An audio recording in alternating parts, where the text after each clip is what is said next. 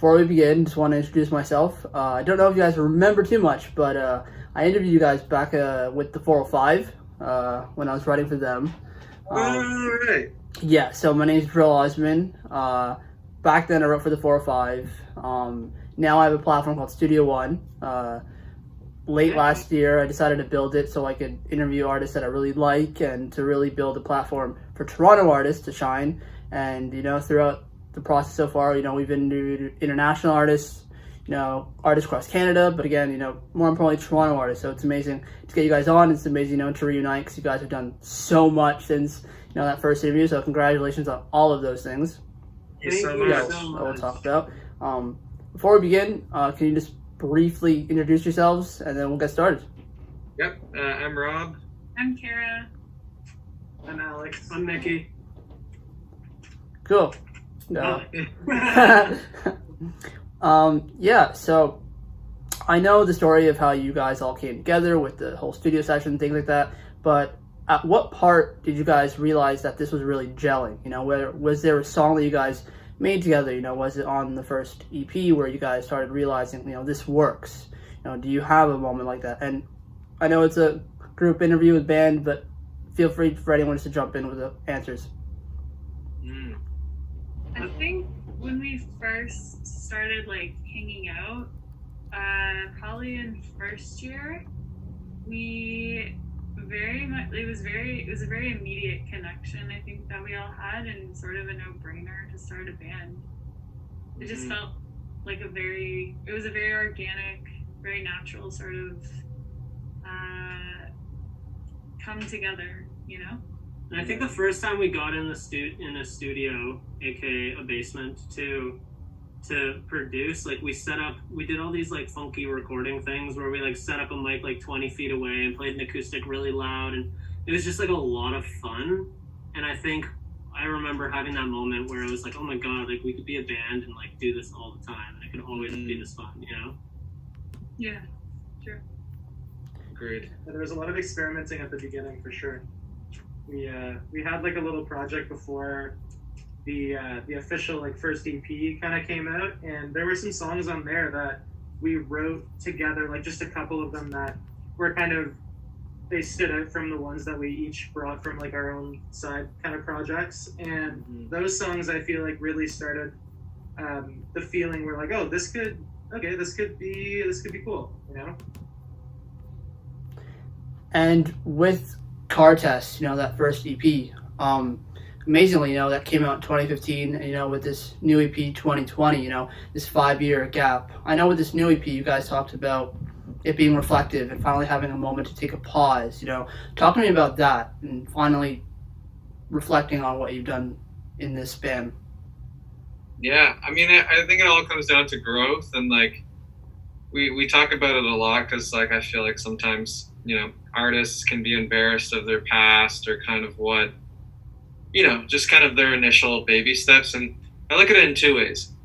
Nowadays, as an artist, you can either develop fully behind closed doors and not come out and announce your thing until it's perfect and, everything is crossed and it's perfect.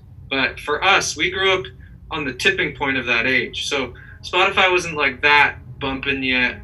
Streaming was whatever. So we kind of just developed in the public in terms of being in a suburb, but we kind of just wore our hearts on our sleeve and just put out music because we felt good about it. And I think now we look at that as it's cool to see where we came from, and what we're making now I think is so much more cohesive and valley than maybe our first piece of work was. But I think we realized it's important to kind of see the journey and see where we came from. So in terms of your question, yeah, I think it's just growth, and just I think we've developed a lot. I think we've become stronger writers. I think our lyrics are better. I think our melodies are better. I think our visual branding is better. I think just overall, 5 years is a long time to grow as a person, and you also grow a lot from 18 years old to 25 years old or whatever. You know what I mean? Yeah. Those are big life changes. So just and I think naturally, we hit milestones in the last year and a half that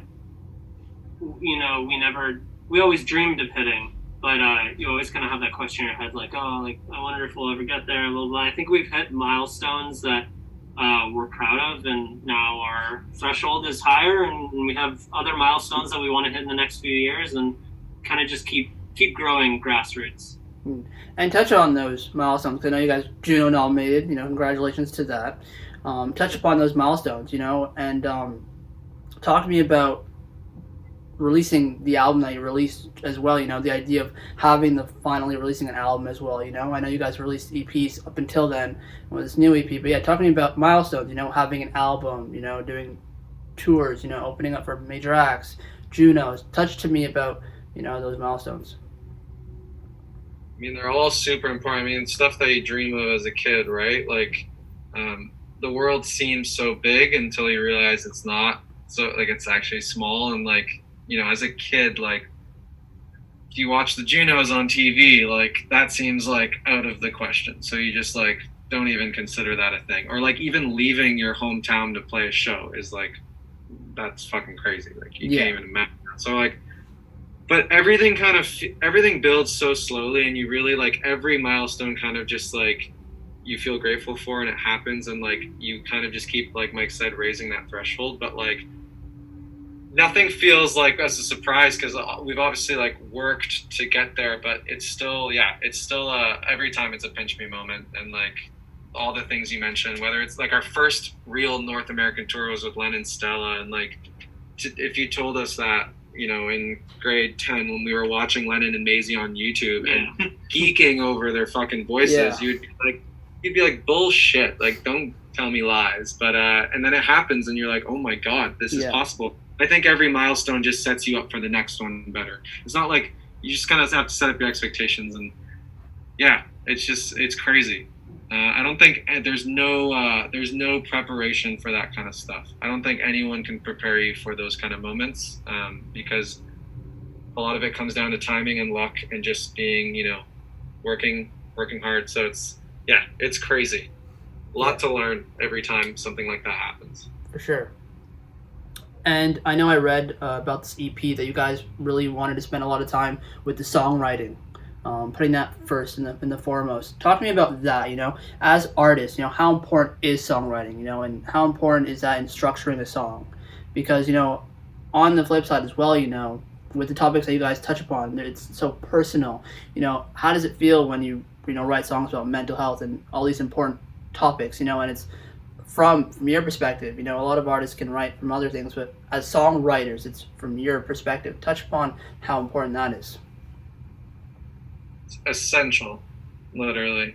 I think, again, this is going back to our past. Like, I think a part of us sometimes, we're all producers and engineers, and we play very specific roles in creating our music. But I think just this new wave of Valley is, like, I think we want people to obsess more about a line than a snare sound or, like, a synth sound. I think in the past maybe we were a little too, like, this chord, this synth part is what's gonna win people over, this section or this beat. But it's like, at the end of the day, the thing that really gets us is a lyric and a melody. And, like, I think this is a whole new chapter for us to realize that, like, all that secondary stuff does not matter if you're not talking about your truth, if you're not being honest, if you're not talking about something that means something. People will see through it. Give people context. Give people something to latch onto. And I think tour changed that a lot, because we'd go on tour, and someone would tattoo lyrics on their skin. It's like, they're not tattooing the snare sound. They're tattooing. They're tattooing words that we wrote. So it makes you realize, like, oh shit, like, the things I say in the studio that I just, like, blab out of my mouth, they or matter. Whoever, like, is meaningful shit. So I think that's just the new perspective right now is just kind of lyric and melody and songwriting is at the forefront. And then using the song writing to then produce the song in a way that highlights the writing. So if we want to do some really cool sounding thing, it goes in an instrumental bit, or it goes between the vocals, or it accents the vocal and accents the word. Like in Homebody, when we say psycho, like the word psycho, it gets really wide and phasey and, like, makes you feel crazy for a second. Like doing that type of production to accent the songwriting. And Karah, actually, you can talk about recording the drums. Like in Homebody, Karah recorded the drums on her iPhone, which just like subconsciously, those drums feel very dry and like in a room. And the whole song is about not leaving your room. So it's just like, there's a lot of those kind of psychological things that you can then play into the production with the lyric. But the lyric needs to be amazing, I think, first. And with this new EP, can you guys individually, what does it represent for you individually?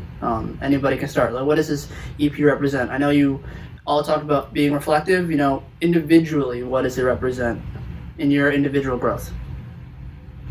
I think for me, it's just the journey. Like, I personally get very, very caught up in like comparison. For me, like, I'm the guy to like wake up and text the band and be like, "Fuck, like, why can't this happen? Or why can't we get this? Or like, what the hell? Like, it feels like no one is listening to us right now, or like gets what we're trying to do." And for me, this EP is a very good lesson in like, everyone has their own journey, and whether you're 25 or 35, when you make it, or you hit a point in your career where you feel like you've said everything you need to say and feel accepted by the world, like, it doesn't really matter.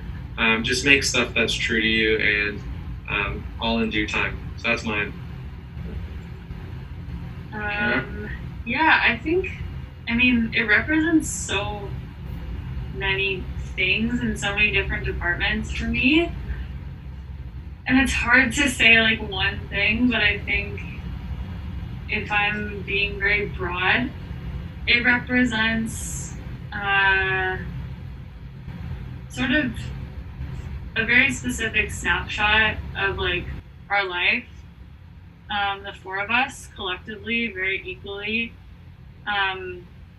All the stories told on the EP are all of our stories and our friends' stories, and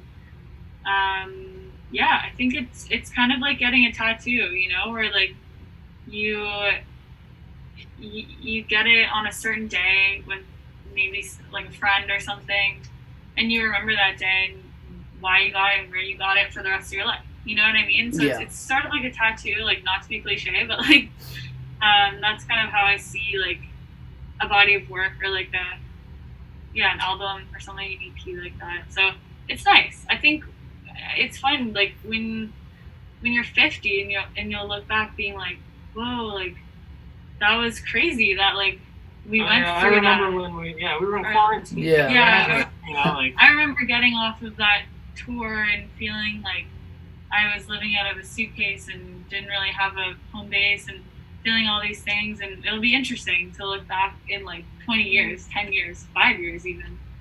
But I don't know.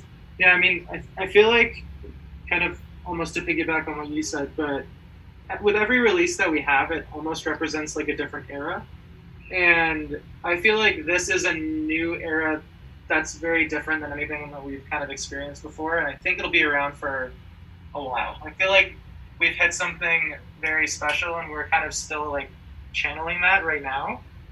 Like even like this week, writing new songs that kind of feel like an extension of this era. And I don't know. I don't think it's going anywhere for a second. And I really like that. So for me, I think it's largely represents like kind of like a relatability thing for me. We were talking the other day about how like if you go through a breakup or something, when you're in like a very emotional time of your life and you listen to music, like you hear it in an entirely different way than when you're in a different mood, or you're happy, or things are smooth or whatever. Like when you're going through a rocky moment, every lyric like hits you on like a whole other level. Yeah.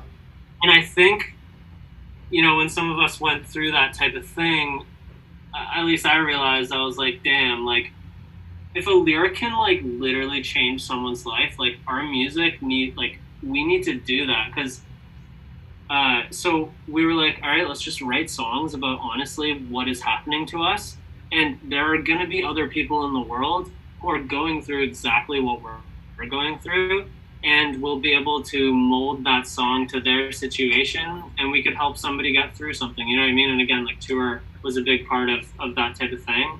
So I think it's just like relating to people after like realizing how much music and relating to other people can like help you get through things.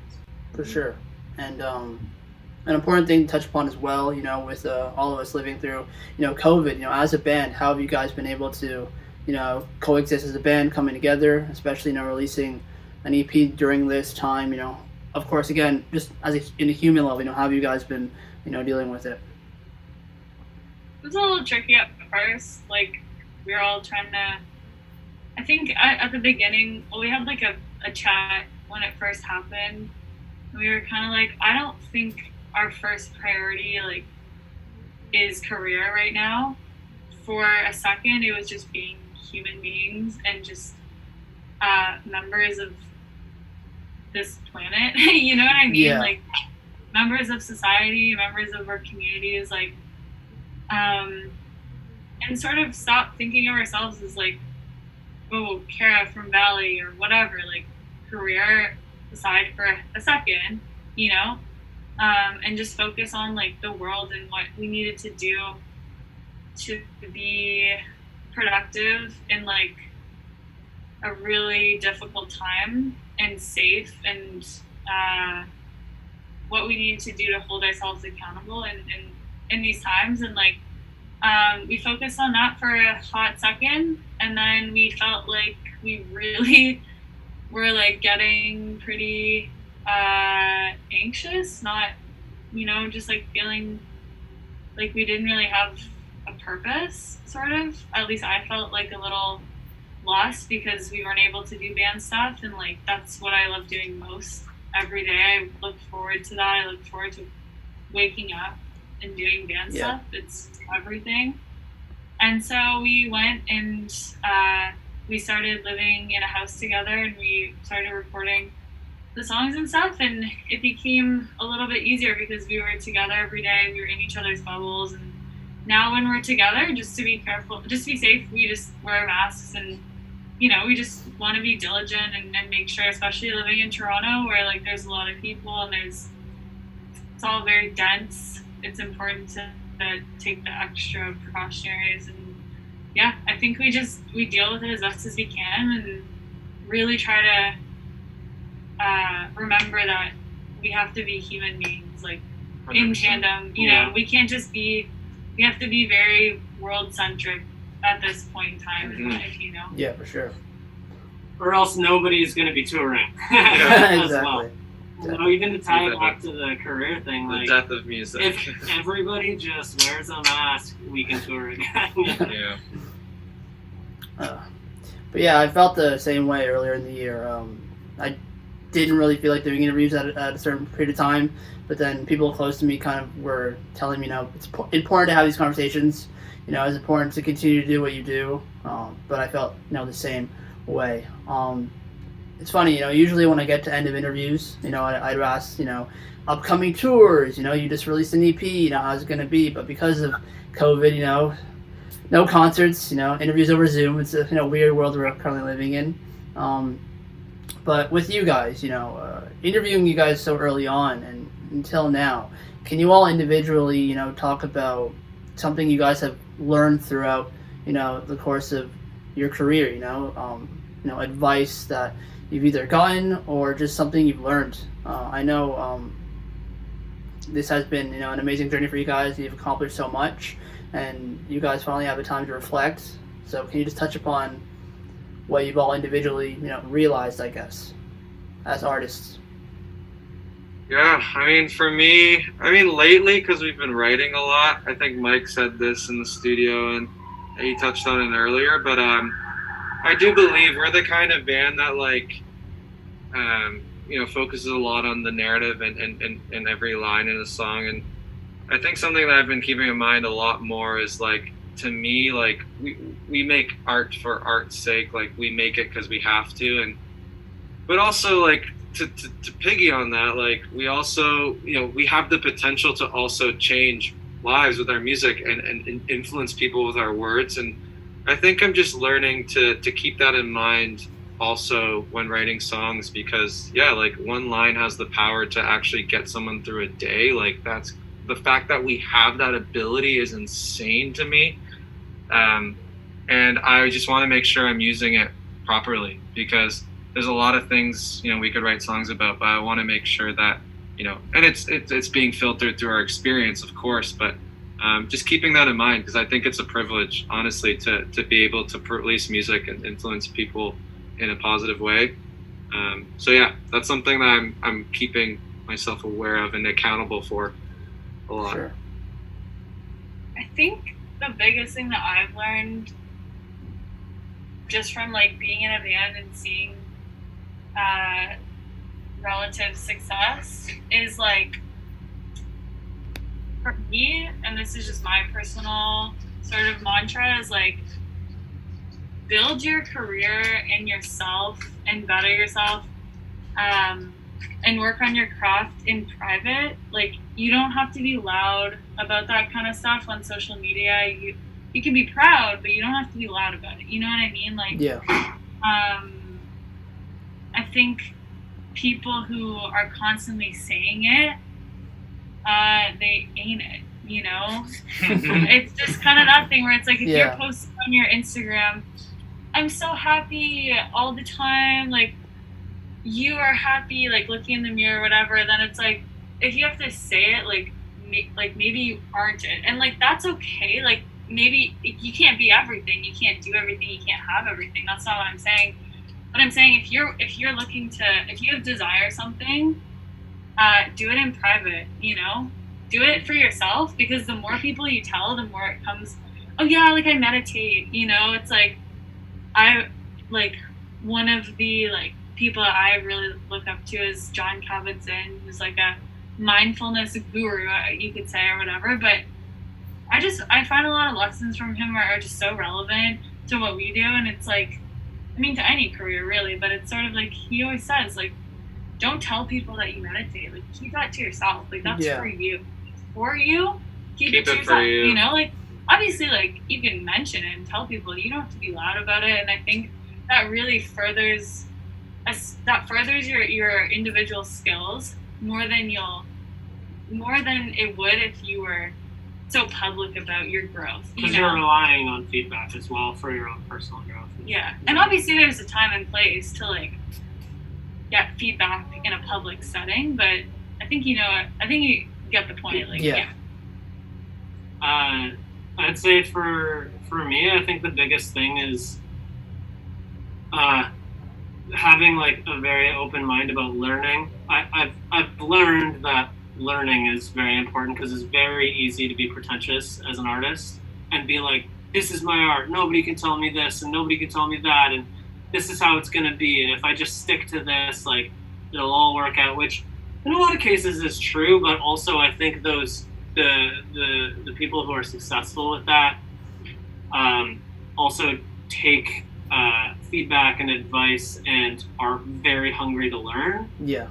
Don't isolate themselves because they think that their vision is everything and that's it. Like, not being precious about things, I think, is very, very important, and taking feedback, separating emotions from feedback, I think is really important, because then you can logistically work through it and just constantly be working on yourself as an artist, as a person, as a creator in general. So yeah, just being open to learning, I think, is the most important thing. Yeah, I mean, you stole mine right out of my mouth. I was literally going to say, like, not to be precious about everything. I mean, that's the thing that I've learned the most, I feel like, in all aspects, like how we release, in the songwriting process, in every aspect. So I feel like just not holding on to everything too tightly, and also just exhausting. Yeah, it is so exhausting. Yeah. Yeah. Like, just keeping a very open mind, because you're working with so many different people. It's not just for you; it's bigger than you. So yeah. For sure. Again, guys, reconnecting has been an absolute pleasure. Thank you. Well, for us. Yeah, thanks for coming back around. Yeah, for sure. One of my favorite things in the world is re-interviewing bands or artists, and reconnecting and seeing the growth, and knowing way back in 2018, to see the growth that you guys have done has been amazing. Congrats on all of it. Thank you. thanks for taking the time out for this interview. Enjoy the rest of your day, and can't wait to see what you guys continue to do.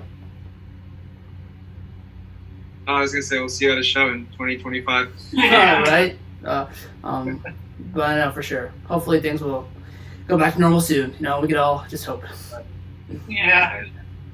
Awesome. Well, Thanks so thank much. you man. Thank you so much. Bye. Thanks, Allison.